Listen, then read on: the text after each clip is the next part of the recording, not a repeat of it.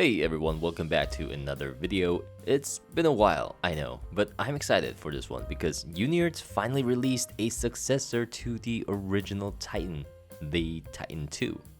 It's only been a few weeks since the Kickstarter campaign began, but we're already seeing hands-on videos of this device. But as a Unihertz Titan Pocket user, yes, I still daily drive this thing, I wanted to share my thoughts on what would likely be my next main smartphone. So let's begin. Now, there are 3 things I'm genuinely excited about, and 2 that kinda worries me. But let's start with the good.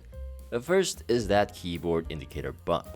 Some people might think this is a weird thing to get excited about, but if you are ever a BlackBerry user, especially the kind who could type under a desk without anyone looking, you know exactly why this matters.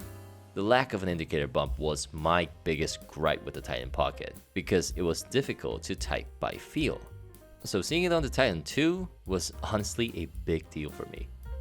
From a keyboard layout standpoint, Unihertz might have even improved it over the BlackBerry Passport, since that didn't have an indicator bump, and the Titan 2 even has a physical top row for Shift, Alt, and Function keys. Of course, we'll have to see once I get my hands on it for a proper typing test, so stay tuned for a full review. Now the second good news is the spec bump. As boring as specs can be, this one matters, so please bear with me. The Titan 2 runs a relatively recent Dimensity 7300. Now, I haven't been able to find any smartphones from major brands running this chipset, but based on Versus.com, it seems most comparable to the Snapdragon 7 Gen 3, the same chipset used in the Honor 400. Safe to say, it should be more than capable for handling daily social apps, document editing, and the kind of work-heavy tasks the Titan 2 was built for. And because of the newer chipset, it likely opens the door for better long-term support, which I'll get back to in a bit. The camera has also seen an upgrade on all fronts, to a 50-megapixel main sensor, 8-megapixel telephoto, and a 32-megapixel selfie camera. Now, Unihertz didn't mention which brand these sensors are from, but based on early reviews, this seems rather promising for a Unihertz phone camera, which I could never say about the Titan Pocket. So maybe I'll be able to ditch the 2-phone lifestyle? Who knows? Now, the third exciting point is software. The Titan 2 launches with Android 15, and Unihertz seems to be pretty open about their plans to support it through Android 17. Now that's a big step up from the Titan Pocket, which never got a single major Android update. Mine's still on Android 11 with a 2022 security patch. And surprisingly, Unihertz is still selling this brand new. I'm trying to work around the issue by installing third-party security software like V3 Mobile Plus, but yeah, still gives me second thoughts every time I use it. Maybe the old Helio P70 processor just doesn't support newer versions of Android, but I'm not sure that's a good enough excuse to skimp on security patches entirely. So while Unihertz doesn't exactly have a stellar track record when it comes to software support, it's at least encouraging to see them commit to something more this time around. Now, as much as I love the phone already, there are 2 things that worry me. First is that keyboard chin, or lack of it.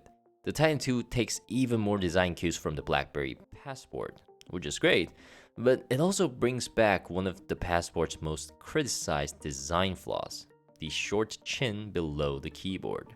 Back in the day, reviewers pointed out that placing the keyboard so close to the bottom edge makes it uncomfortable to type on, since your thumb have to stretch more than usual, and you can also throw off the weight balance of the phone when holding it.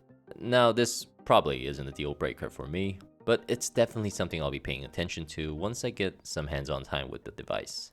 The second is quality control. Now, I never had any complaints on the display quality of the Titan Pocket. For an LCD, it was bright and saturated, but this was the first time I ever saw a burn-in on an LCD. And no, if you're wondering, that's not a hole punch for the camera, with actual burnt marks surrounding the dead pixels. I can only assume this happened after fast charging the device at an unsupported charging speed, so I guess I'm also at fault here, but I just never saw this happen before on any other smartphone. Unfortunately, I also haven't seen a similar occurrence to other Pocket users, at least on Reddit, so could just be my luck. which is a shame because otherwise this phone's hardware and performance holds up surprisingly well even today, which is why I still daily use this thing. So this is more of a small remark than anything else, but for the Titan 2, I'm definitely going to try to stick with the charger it comes with, just to be safe. So that's been my quick thoughts on the Titan 2 as a Titan Pocket user. I'll definitely get into more details once I get my unit, but I'm curious to know what you think. Are you backing the Kickstarter, still using a Titan phone, or do you have anything you want me to cover during the review? Drop a comment, and as always, thanks for watching, and I'll catch you in the next one.